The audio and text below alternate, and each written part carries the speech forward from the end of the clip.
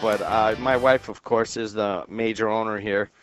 And you did an interview. You are the final interview with the preacher. How's that feel? Well, he's one of a kind, and I'll say of all the years I've been in and around the sport, I never met anybody quite like him. So, I was really supposed to be calling in from the food bank on Tuesday, and we got done a little early, and I told the guy that was driving with me that I wanted to go over and visit. It's always kind of makes my day to go visit your station and be with the preacher personally. So as fate would have it, we went over and started up on his show. And what was supposed to be a 2 or 3 minute phone call ended up being what you apparently have on tape there is the most unbelievable interview I've probably ever had in my career. Greg, obviously Steve Carter before you started the relationship with the preacher, but you certainly solidified that and built on that. What attracted you to this rather quirky individual?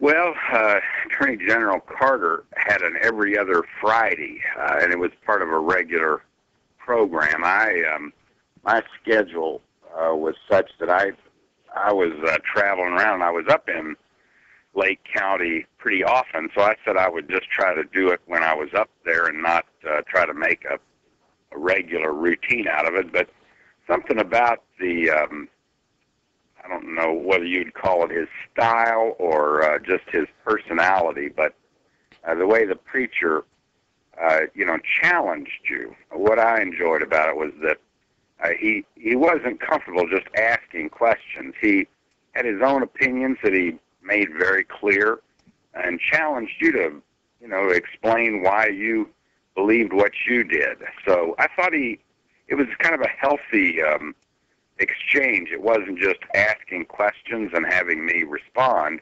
He kind of challenges everybody to think about what it is they believe in and why they believe that. Talking to Greg Zeller, he is the Attorney General of the state of Indiana. Greg, you went to the Cubs game with the preacher one time. Can you tell us about that? Sure. In fact, we had talked about it on Tuesday. They have what they call the rooftop fundraiser.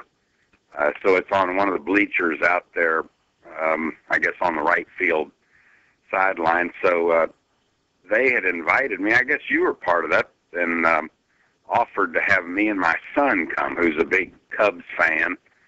So we went up, and it was me and my son, another person from the office, and the preacher that went up, spent the day. It was kind of early in the season, but it was a great day out there, and I've got a lot of photos from it. Somebody had sent me a disc that has all these pictures, and something about my son eating hot dogs with mustard all over his face, and the preacher giving him a big hug and a baseball will be some great pictures to remember. I want to get back to this part of what has to continue, and it's not just in honor of what he stood for, what Marsha Honey stood for, or to some extent what a lot of you callers stand for, but the continual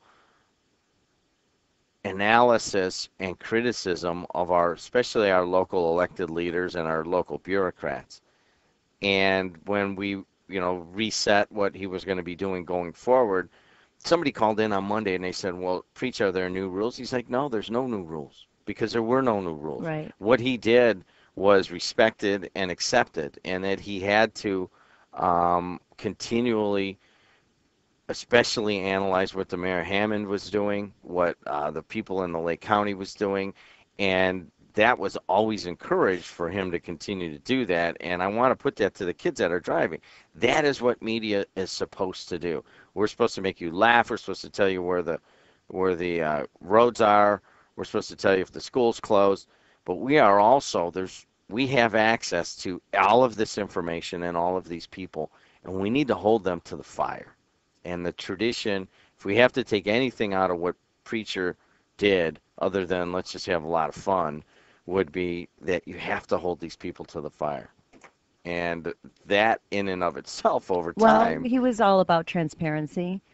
And I think that some of the shows that we have now with some of the leaders of the different municipalities help encourage that.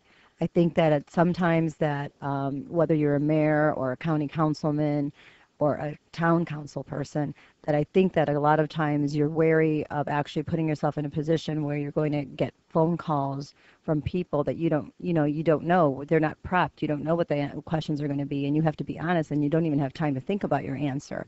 And I think that that has come a long way, and that's part of the transparency that we look for here. That's part of the checks and balances, and Preacher was a big part of that. the obviously we would have to have.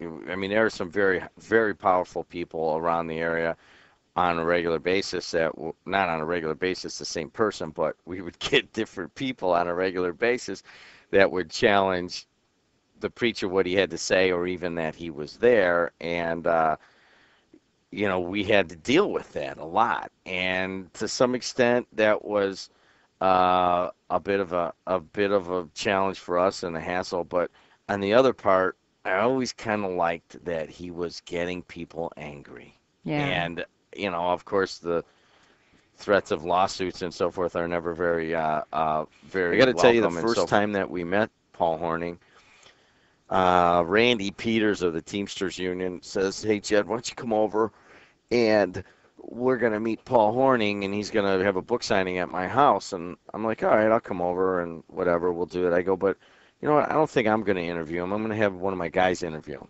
And he's like, "All right, I don't care what you do." So we get over there and Paul Horning is signing books, and we're down there hanging out by the bar. And I started needling Paul Horning about, "Hey, can you sign my book? I bought the book." And I go, "I mean, I'll pay double for that book if you will write on this book for my dad that Purdue sucks.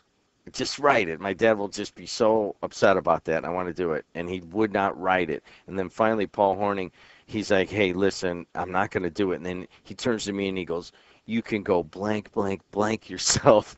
And we all knew that right then and there he was a preacher kind of guy. So I said, "All right, well, hey, Mr. Horning, you can do an interview." And It's he not was gonna, a big guy, Jim. yeah, and can you do it with the preacher?